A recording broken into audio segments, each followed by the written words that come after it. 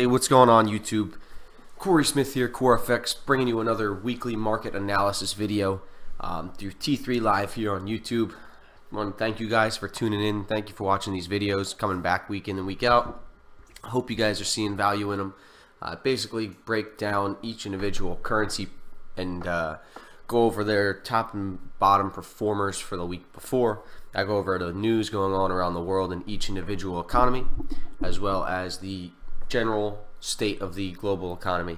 I go over the week ahead, what's going to be going on in the news, what events to be watching for, and then I also go over the technical charts for each individual currency and go over the key levels, the trends they're in, and just what we can take a look at and have a bias developed to expect to begin the week before we go ahead and even get started with trading, so that we know a game plan can always change in these markets.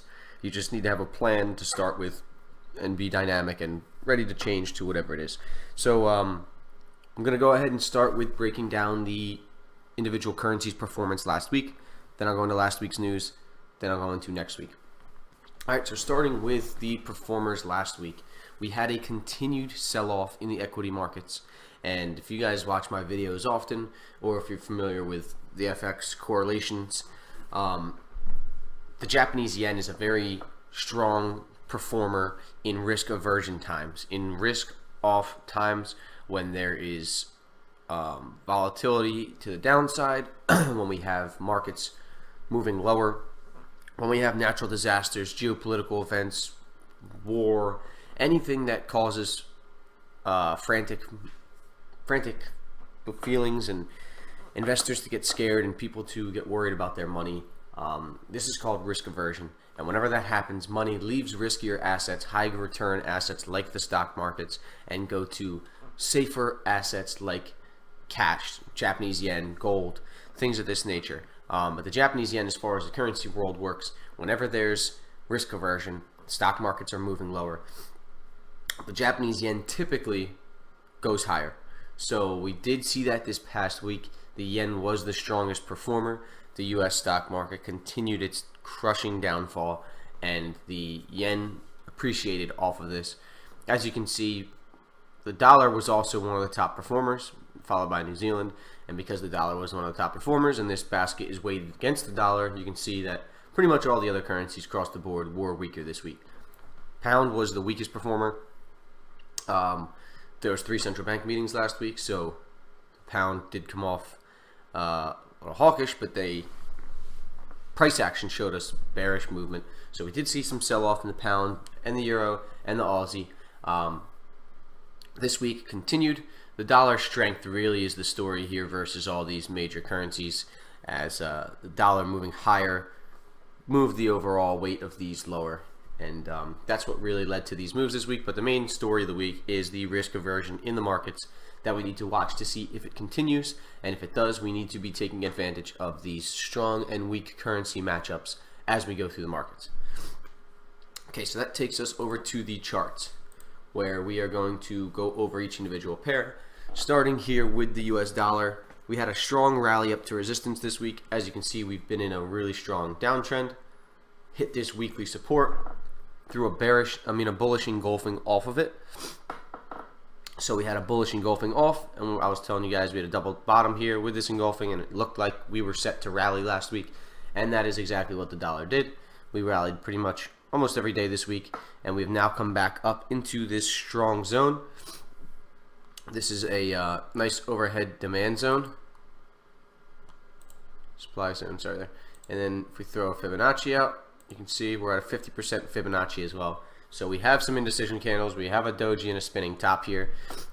Nothing too significant. There's not too much bearish pressure that came in off of this zone, but there is 2 rejections to the top here. So we could potentially see the dollar continue this downtrend now, roll over, and resume to the downside. Or it could break this level and come back up above this 91 support here. Maybe retest this daily trend line we've got here. But all in all, I do see the dollar continuing to be bearish, and I think it's at a good level now to resume this downtrend. Euro, we can see basically the opposite. We've been making higher highs and higher lows. We made this higher high. I said that we were in this high base, and we could either pull back for a higher low, or it could continue higher, and we did in fact pull back. we hit this supply zone now. Demand zone, sorry. And as you can see, we've now formed a higher low. Even though we do have a little bit of a lower rejection wick here, this wasn't anything too significant. There's still some bearish pressure here, so I wouldn't necessarily be looking to buy the euro until there's some kind of confirmation that this support's going to hold and it's going to bounce. But all in all, we're in an uptrend, setting higher highs, pulled back to set a higher low. Now we look ready to continue the uptrend and a move higher. Japanese yen, as you can see, backing it up. We are still in this very big range bound move that we're in here between 89 and 84. And this week we did move higher, tested this resistance, and actually ended up pulling back off of the resistance. As you can see, we do have a double top formation here. Price came up, hit resistance, sold off, bounced off the 20 SMA, came back up, hit resistance again. We tried to push higher this past Friday, but price ultimately ended up pushing all the way back down, and we got this shooting star candle off of resistance. So we could see a sell-off here, especially if we see the stock markets recover this week. If we see this crashing bear correction in the stock markets push back and recover gains, which I will show you the S&P 500 chart why I think that is a possibility. If that happens, the weakness should return back to the yen, and if weakness comes back to the yen, this double top should carry out and price should move lower. So if it does break higher, this is a very significant resistance. This is a very strong range that we've been in, and once it breaks out to the upside or the downside, you can expect a strong move. However, right now we're having bearish signs of rejection off this resistance, so we'll have to wait and see how it plays out.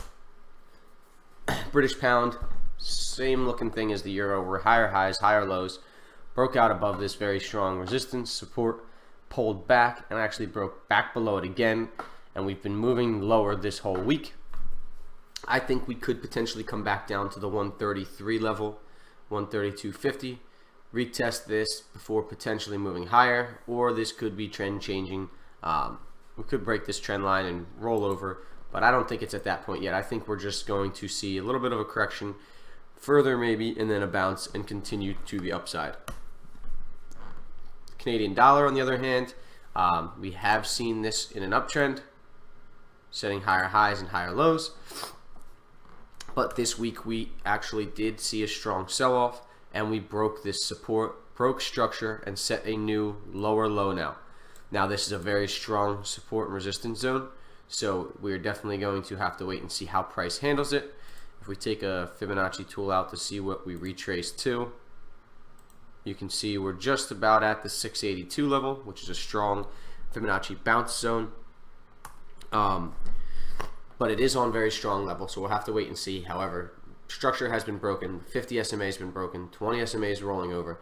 We could see continued downside out of the CAD. Swiss franc, another story like the euro pound, higher highs, higher lows. Higher high was set, pulled back, setting a higher low. I do still believe that we're ready to move higher. This was a nice little correction that was pretty needed. I think we could find support here and push back up higher to continue to carry the franc into higher territory. Aussie sell-off continues, as you can see here. Price went up, hit that strong resistance level there that you can see has been holding for a long time. Hit this strong resistance and just fell like a rock off of it. We've now come down and hit support. We broke through the 50 SMA, but then pulled back. We're bouncing nearly off the 200 SMA, down on strong support. So we could see a little bit of a bounce this week. Another currency that responds to risk on, risk off. If we see risk on move and rally, the markets rally, usually money goes to the riskier currencies like the Australian dollar, New Zealand dollar, Canadian dollar. We could see it bounce and rally up to here before possibly continuing back to the test the lower low, or even setting a new lower low, breaking that structure. So I do think we might get a little bit of a bounce here from the Aussie to start the week, but all in all, still definitely bearish on the Aussie side. That takes us to New Zealand dollar. Sorry guys, my allergies are bugging me today. As you can see, we've been in this ripping uptrend. Hit this 74 overhead resistance.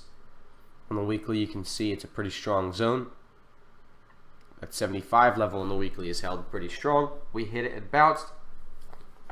Back to the daily, you can see We had a nice move higher, double topped and corrected, but now this 72, which is a very strong level, is holding as support. We got a bullish engulfing off the bounce, off of a doji candle. So we definitely have some potential signs that the bull market is going to resume now. We got a nice little correction. This is typical of trending markets and markets in general. We got a nice correction. We could now see the New Zealand dollar push back to the upside and resume this uptrend to move back up to the 74, 74.50 area this week, potentially. So now I want to jump into the S&P 500 and gold really quick. Gold, I like this chart because you can see we were in a strong upward trend, and then we had a pullback, and gold has been bearish in a risk-adverse time, which is what is pretty wild about it. Let me switch this over.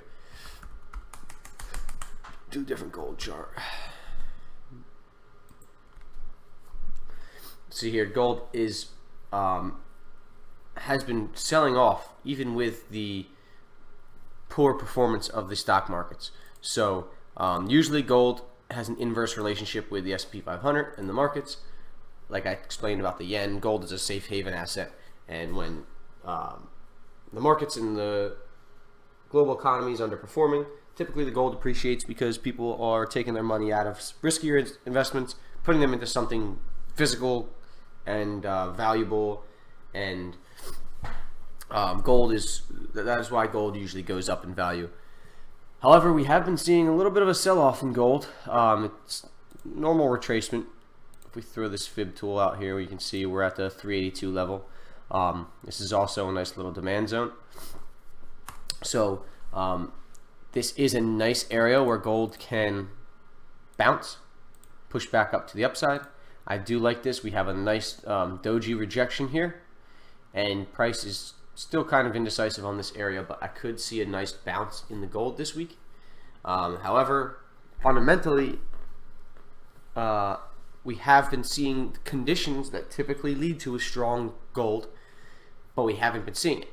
So gold's been underperforming in a time when fundamentals show that it should be overperforming. That is a pretty bearish sign. Price action is always going to be the key. And price action is showing us bearish movement, while fundamentals are telling us a bullish story. So this tells me that gold could continue to slide lower fundamentally. However, we have to watch the charts and keep an eye on how price action is moving. And although we have seen bearish performance in bullish times, we are seeing some technical support being found here. It's a very strong zone when you look back in time, right around this 131 area, and you can see we're having some bullish price action. So gold is definitely at an interesting level to watch. I think we could see a nice bounce here, and we'll have to wait and see what happens. But the S&P 500 is what I really want to show you guys. Sorry, this chart looks a little sloppy right now. I can actually get rid of a lot of this stuff down here. But as you can see, we have had an extremely strong correction in the markets here. I just put a video up on YouTube about how fear and the human psychological aspect of the markets creates such bigger moves than when you have greed and you know, things are going good compared to when things go bad.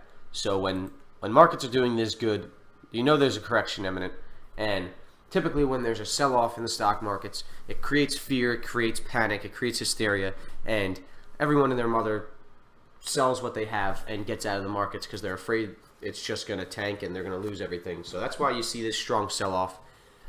Typically in bull markets, the sell-offs happen a lot faster than the bull moves. So as we know, these markets are made up of a bunch of participants, and it's all mass human psychology. So all these moves that we see are based off of human being mindsets and instincts and emotions, and that is why this sell-off is a direct representation of fear. When the markets start to correct, people start to panic. They think this is the end of the bull market. This is going to be the top. This is going to be when it crashes. Everybody calls everybody and gets their money out of the markets, and we have a sell-off that just falls out from underneath.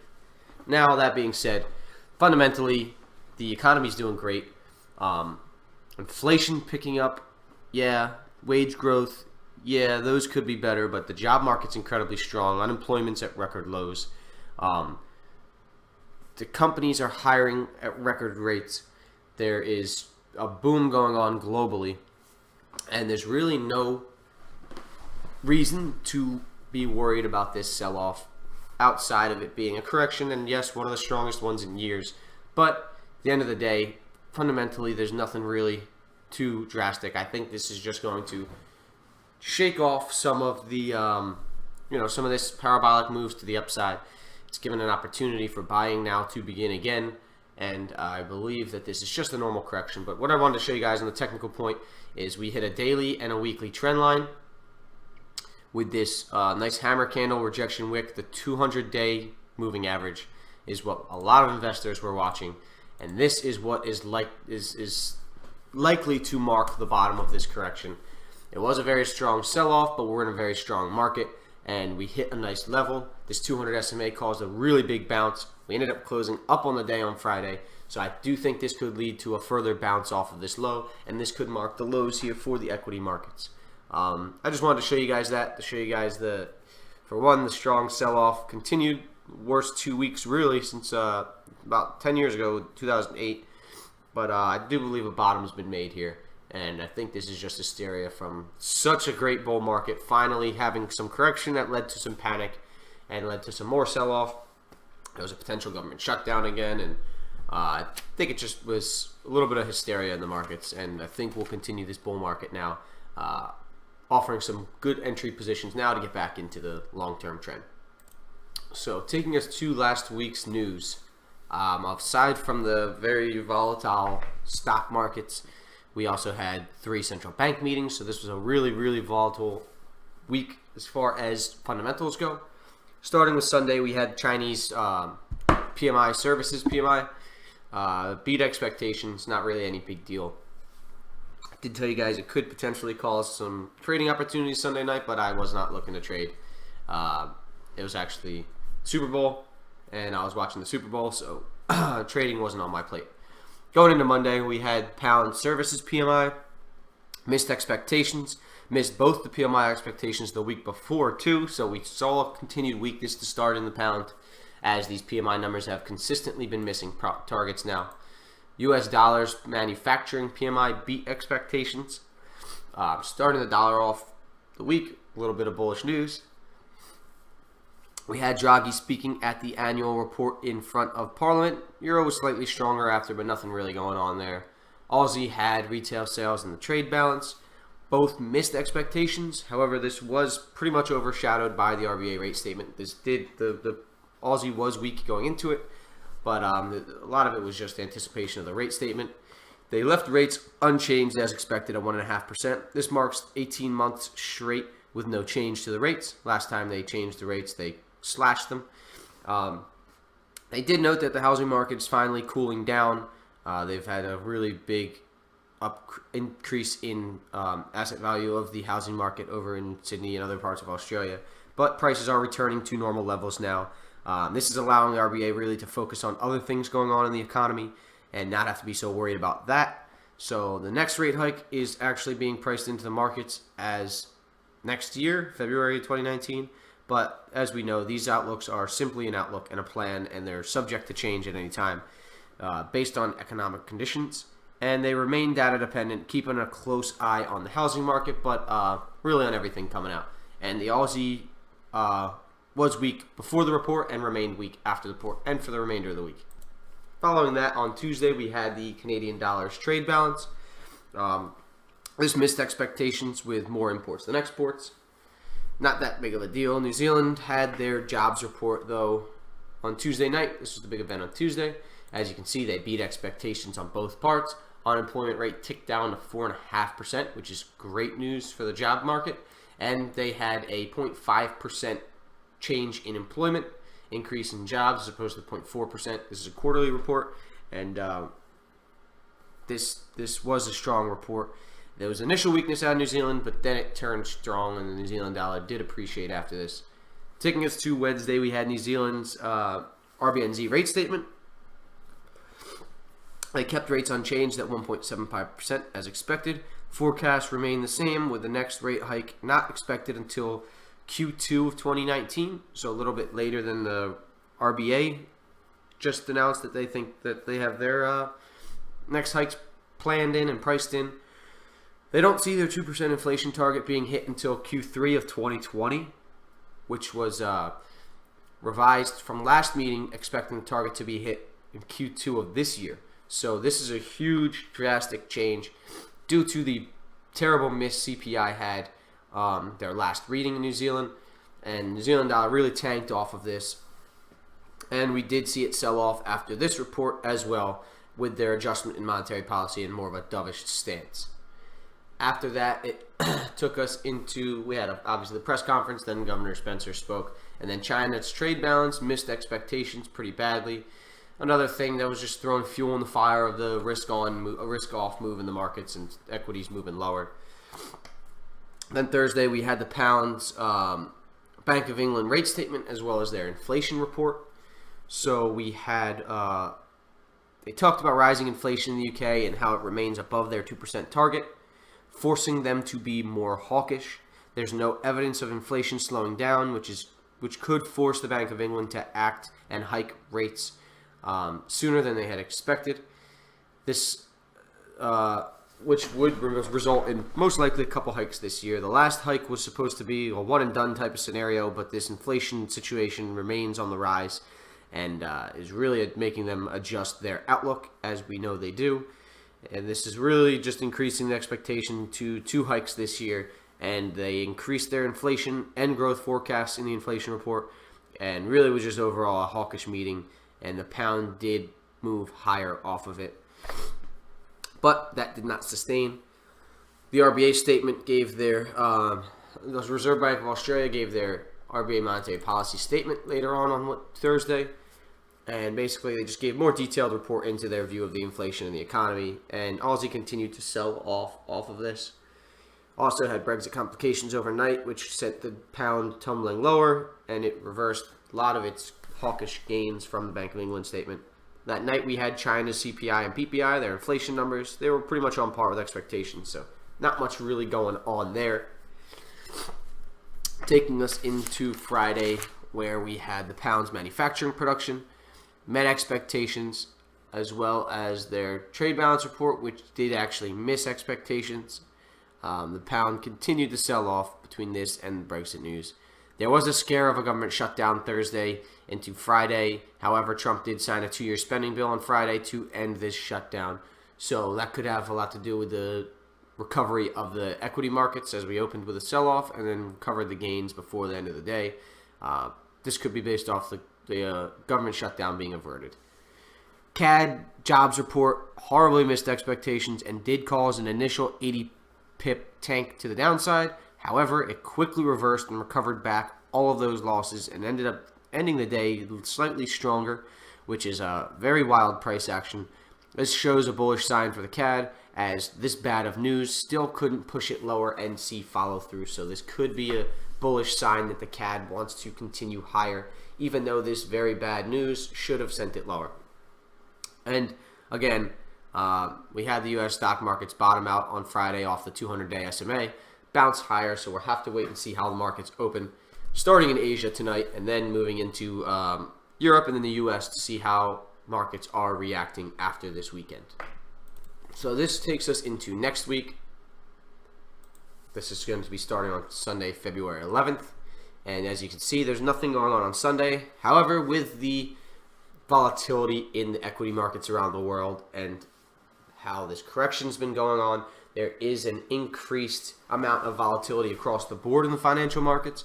So there can be trade opportunities for the most part this week, any day, even though there's not too much news. I still think that there's enough volatility in the markets where there's going to be strong moves across the board. So nothing going on Sunday. Monday, we do have this NAB business confidence report that we have out of Australia. It's just a survey of about 350 businesses to gauge their level of confidence in the business climate. And as we know, this is a leading indicator, because if their businesses are confident about the outlook in the future of the economy, they are more likely to spend more money on expansion, hiring, developing new factories, developing new product lines, whatever it is that makes them grow. When they're optimistic about the future of the economy, they act on it, and this typically leads to the economy becoming optimistic and getting stronger. And the exact same works in the other direction. If they're pessimistic and they don't see growth happening in the economy, they are going to be more likely to sit on their capital, hold on to their capital, not spend it, not invest it, not take out new loans, not hire new employees, and be a little more conservative, which then leads to a stagnant economy. So these confidence reports are definitely something to keep an eye on. Tuesday, we have producer price index out of the Swiss franc. Not very big news. This is an inflation number, but really not watched at all right now out of Swiss franc. Pound CPI, huge event. The numbers, these are the inflation numbers, the consumer and the producer index numbers. This is a huge event. Bank of England just came out hawkish, and they're worried about rising inflation continuing and not meeting their target. So they just increased their inflation forecast, and this number will be huge. Continuing rise in the inflation numbers, CPI, PPI, could bring strong pound, as we know that the Bank of England will be hawkish and acting on interest rates if we do see a continued pickup in inflation.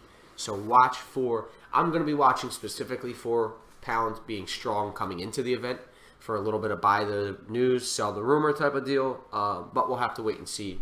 Either way, this is going to be one of the biggest events of the week. Following that, we have New Zealand's inflation expectations. This is a quarterly report of surveys to consumers gauging their expectations of the price of goods and services and how much they will change in the next 2 years. Basically, it asks people what they think inflation is going to do over the next 2-year time. Again, these expectations can be leading indicators, because this feeling and expectation can lead to reality when people act accordingly to their expectations.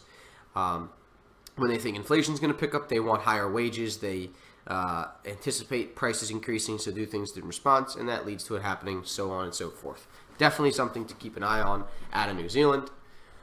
Wednesday, we have preliminary GDP out of Germany. Not that big of a deal, but something to watch for Germany's economy. And then flash GDP out of Europe. This is the second report out of 3 for the GDP reading. The preliminary flash GDP was as expected a couple weeks ago. And this is really just a little revision to that report, so nothing big. Not the biggest impact, but it is still GDP report, something to watch. And if this does miss expectations, it could cause some movement. Then the other huge event of the week, we have inflation numbers and retail sales out of the U.S. Our consumer price index, which is our CPI, this is the strongest reading. Always a huge report, and the central banks are watching this data very closely to determine their approach to monetary policy. Increased CPI could lead to higher expectations of the chance for 3 rate hikes this year, and continue the bullish dollar recovery. We do know that the Fed is pretty much being priced in as hiking rates next month. So if we do see a pickup of inflation here, this could lead to even higher of an expectation of this happening, and it could lead to a strong U.S. dollar. However, if this misses, this could start to reduce the expectations of a hike next month, and the dollar could sell off in response. Retail sales, we know, is a gauge of the consumer spending in the economy, so that's definitely a good report to watch as well, but it will be overshadowed by the CPI. Then we have in Australia, we have jobs reports, which we know these are huge events in the Forex markets. The last 2 reports, they crushed expectations, so we will be watching to see if we get another strong report, or potentially if we miss and the Aussie reverses.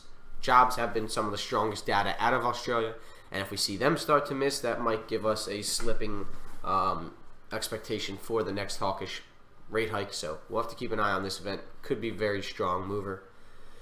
Thursday, we have the producer price index out of the U.S., similar to the CPI, only this is going to be from the producer side of the economy. Not as strong a report, but definitely still something to watch.